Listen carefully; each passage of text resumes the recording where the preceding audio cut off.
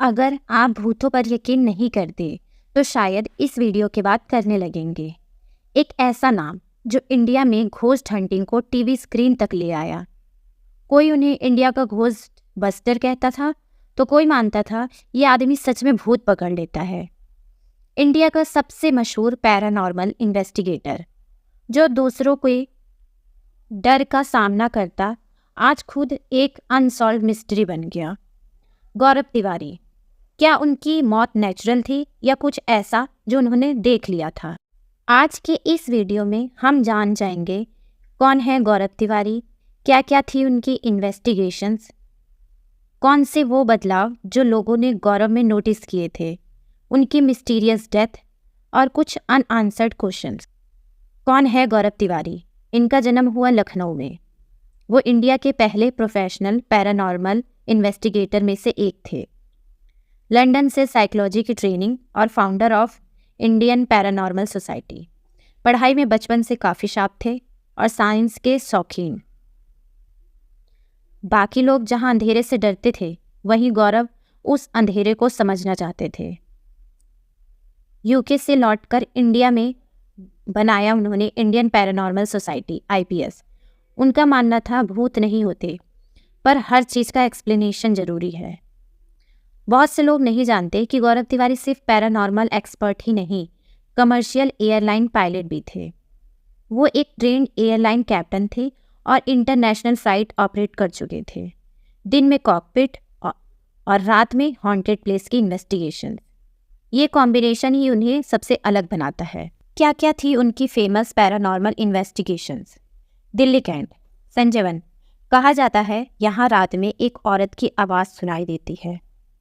गौरव ने रिकॉर्ड की real female EVP का मतलब इलेक्ट्रॉनिक वॉइस।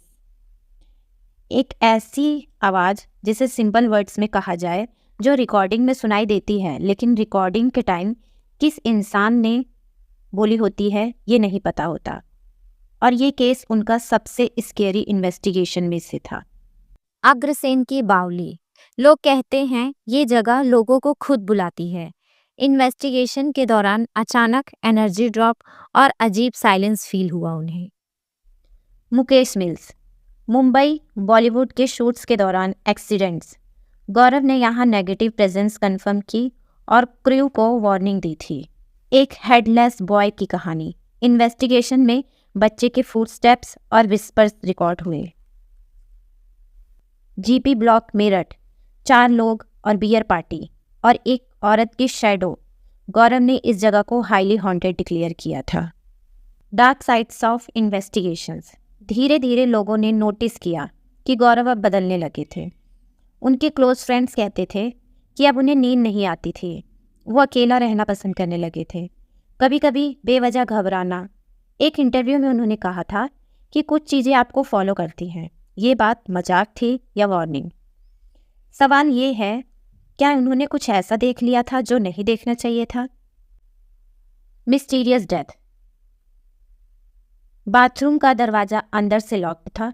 जब दरवाज़ा तोड़ा गया तो गौरव जमीन पर पड़े मिले, मुंह से झाग और बॉडी बिल्कुल स्टिल। पोस्टमार्टम रिपोर्ट कहती है ऑक्सीजन की कमी से सांस रुकना। कोई सुसाइड नोट नहीं। परिवार नहीं मानता कि ये सुसाइड है। उनकी माँ ने कहा मेरा बेटा बहुत स्ट्रांग था। और सबसे डरावना पॉइंट, उनके फ़ोन में लास्ट सर्च हिस्ट्री। कुछ जवाब जो आज तक नहीं मिले। क्या कोई प्रेशर था या थ्रेट? क्या पैरानॉर्मल केसेस का साइकोलॉजिकल इम्पैक्ट यही होता है या फिर कुछ और?